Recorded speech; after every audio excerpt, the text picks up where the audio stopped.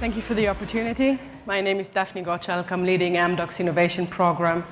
And in the next few minutes, we'd like to share with you our approach towards innovation and some of the best practices that we've adopted in this field, focusing mainly around innovation execution, and more specifically, how big organizations like us deal with execution of innovation alongside a healthy, growing, profitable legacy business.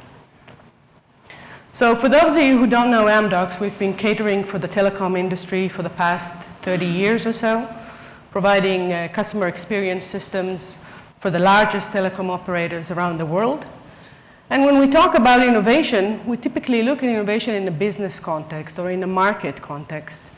And I'm sure most of you have seen this slide in any shape and form, but it's kind of outlining what are the market dynamics and the forces that are shaping our market in years to come. But when we looked at this slide 3-4 years ago in Amdocs, there were some good news and bad news. The good news, we felt very comfortable with rethinking customer experience. We're front runner in this space. We're very innovative.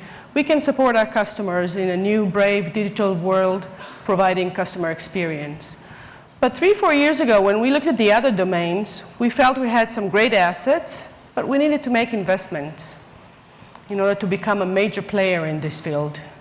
So we took a deeper look into these domains, trying to understand what are the characteristics that are common to these themes or domains. And one of the first things that we realized is that in most cases, in most of these domains, we and the operators need to leave our comfort zone and cross boundaries between organization and industries. You cannot really develop an offering for a connected car if you don't talk to car manufacturers. This is something that is, up until recently, was pretty new for operators. You can't really monetize on mobile payment or e-wallet without understanding how banks and credit card companies operate. So crossing boundaries and organization is something that is a new phenomenon in the past few years for operators and for us as their partners. The second characteristic of these trends is, if you think about it, although we'd like to think that we are market leaders in everything, there is not one dominant player in most of them. By nature, these domains and these trends are driven by an ecosystem of partners. And big organizations like ourselves or like the telecom operators need to develop a muscle that will allow them to collaborate effectively with an ecosystem of partners. And you've seen so many examples just in the past few hours of companies with new technologies that are offering their services to the service providers. How do service providers and big companies like Amdocs work with these small startups is something that we need to learn. The third characteristic is that alongside a technological innovation, the most disruptive aspect of these trends are the business innovation. Business models like pay as you use the car that you use, or maybe the washing machine, or models that are sharing risk and revenue on the mobile payment side, are demanding a different type of thinking and operations in order to truly monetize, and big organizations are very risk averse. So how do we adapt to new business models that are part of this brave new world? And maybe the last thing that characterizes some of these trends is the speed. Everyone knows that innovation and technology is accelerating. And for big companies like us, software houses, time to market became something that we need to adopt and adjust. Whereas a few years ago, we would have released a version every 12 to 18 months. In these types of domains, if you really want to keep yourself competitive or to allow your customers to be competitive, time to market becomes an essence. And time to market is shortening from months to weeks in some cases. It demands an agile approach towards development. And on top of that, we live in an industry that is customer-centric, or I would say even customer obsession. And we need to keep in mind that with all these new novelties, the end user needs to get a superior experience across verticals, across devices, across networks, preferably in real time. So how do big organizations that are structured very much in silo operate in such an environment with such a level of complexity? So when we realize that we want to become a player in some of these domains, we figure out that we need to do things a bit differently. And the result of this thinking and understanding this domain was that Amdocs established 3 years ago a startup unit within the organization. The startup unit is responsible for growing, incubating, developing, and launching new telco-grade offering in new domains. But it's also living within the organization, and that's an important aspect of it. The idea is that you can enjoy both worlds. You can operate as a startup with all the characteristics of a different environment, of very flexible HR policies that allow you to attract talent, different development policies and methodologies. And on the other hand, we want to enjoy the benefits of belonging to a big corporation. The footprint in the market, the position, the corporate units, the financial stability, and the deep pockets. So we established a startup unit within Amdocs, but although it's a startup, we follow a very rigid and structured process to guide us in cultivating and incubating our new offerings. And we start off by the radar program. I'm sure most companies, big companies, have some sort of this radar program. It's basically aimed at scanning the horizons of the industry, understanding the new buzzwords, the new technologies, and asking ourselves 3 main questions. What's going to be the role of the CSPs, the service providers, in this market? How big is the market? What's the market dynamic? And what could be our role as Amdocs in partnering with our customers in these domains? If we satisfy these 3 questions, we move to conceptualization phase. And there we take a deeper look into what would it take for us to become a major player in this space. What assets we have, what investments we need to make, how do we monetize in the long term around these offerings, what would be our go-to-market, what's our strengths and weaknesses. And if we answer these questions in a satisfying manner, we then move to incubation. And incubation for us is either build, partner, or acquire technologies that will make up the offer. And in most cases, it's a combination of the 3. Good example is our mobile financial services offering. We acquired a great asset, a company called Utiba, that have a mobile payment platform in the emerging markets. We bolted into some of our assets. We built a very rich ecosystem of around 30 partners that are complementing the portfolio. And now it serves both emerging and developed market very successfully. And if we incubate it successfully, at the end of the day, we want to see this productized and commercialized and being sent off back to the mothership. And when it's mature enough, and by mature we mean there's a team that can develop it, there's a product team, there is a sales team, there is a delivery and services team. We've implemented it at least 2-3 times successfully with customers. Now it's the time for this incubated offering to become part of our portfolio and the larger organization. What also is interesting in this process is we treat our management, our board, and our customers much like a VC board. So like any startup, in this gated process, we come and we pitch our concepts and ideas. If the management and the customers decide that there is merit in what we offer, they'll continue and invest in us. And this investment turns into recruiting new talent, typically from outside the organization, or investing in extending partnership and integrating partners into the solution, or making an acquisition. On an annual basis, in the past 3 years, we typically start with 10 to 12 in the radar programs, topics that we look into, and hope to close the year with 2 to 3 incubated offers. And up until now, this has been a successful ratio for us. But as we established, one of the key principles throughout this process is adopting an open innovation mindset.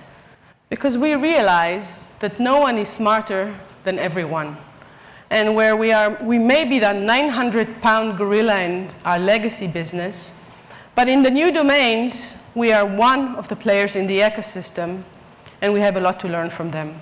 So right from the Radar program, we start scouting for new technologies, and we create communities and meetups to allow us to learn together in this domain, to allow us to experiment.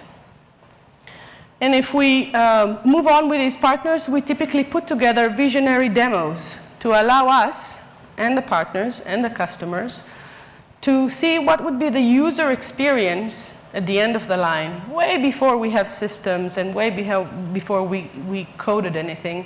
We want to see what was going to be the user experience around these domains. And one of the most important aspects is on this agile process is doing proof of concept or proof of value. And the proof of value is not only for the technology feasibility, but also on the adoption level, the business models, the monetization path. So doing an ongoing proof of concept and proof of value is something that allows us to validate that direction and sometimes move away from directions that we don't see successfully implemented. We're not alone in this space. Most operators have open innovation programs because they understand as well as we do that in order to accelerate the business and to become and keep their competitive edge, they need to open themselves in a more structured way to the ecosystem. So Telefonica, I think they're here, have an excellent accelerator program called WEIRA in most of their affiliates across the world. BT has an astounding showcase of innovation, of technologies that are being implemented and presented to their enterprise customers. ABN AMRO, one of the leading banks in Europe, has invested a lot in the past few years. Proximus are doing a lot with an ecosystem of partners. But this is an imperative for the business. This is not just a nice-to-have approach. This is what drives and will continue to drive the business forward. In some cases, we join forces with our customers and form joint innovation centers. Like in this case with AT&T. AT&T has a program called the Foundry. And out of the 4 foundries they have worldwide, one of them is in Israel with Amdocs. Synctel Group, also a very advanced company in terms of working with an ecosystem of partners, has a joint innovation center with us in Israel. And we take advantage of the fact that we sit in the 2nd place in the world other than this place with a very vibrant ecosystem of technologies. And we bring that to the table for us and for the customer in joint teams to develop and address business challenges that they bring forward. So to summarize, we see innovation as a business imperative in our life. We have a strategic approach to address it. We see this as an iterative process. It's not a funnel where you have smart people sitting in one end of the room and the customer passively sitting in the next room waiting for something good to come out. But it's a collaborating, open process that is worked together in order to address new business challenges in an agile manner, in order to become more competitive, in order to address the end user, the customer expectations in the most addressable, successful way. We're here at the conference. We're a group from Amdocs. We welcome startup technologies to come and hear about our partner program. We welcome our customers, some of them are here, to come and talk to us about our new domains and our focus domain for next year. And we thank you very much for the opportunity.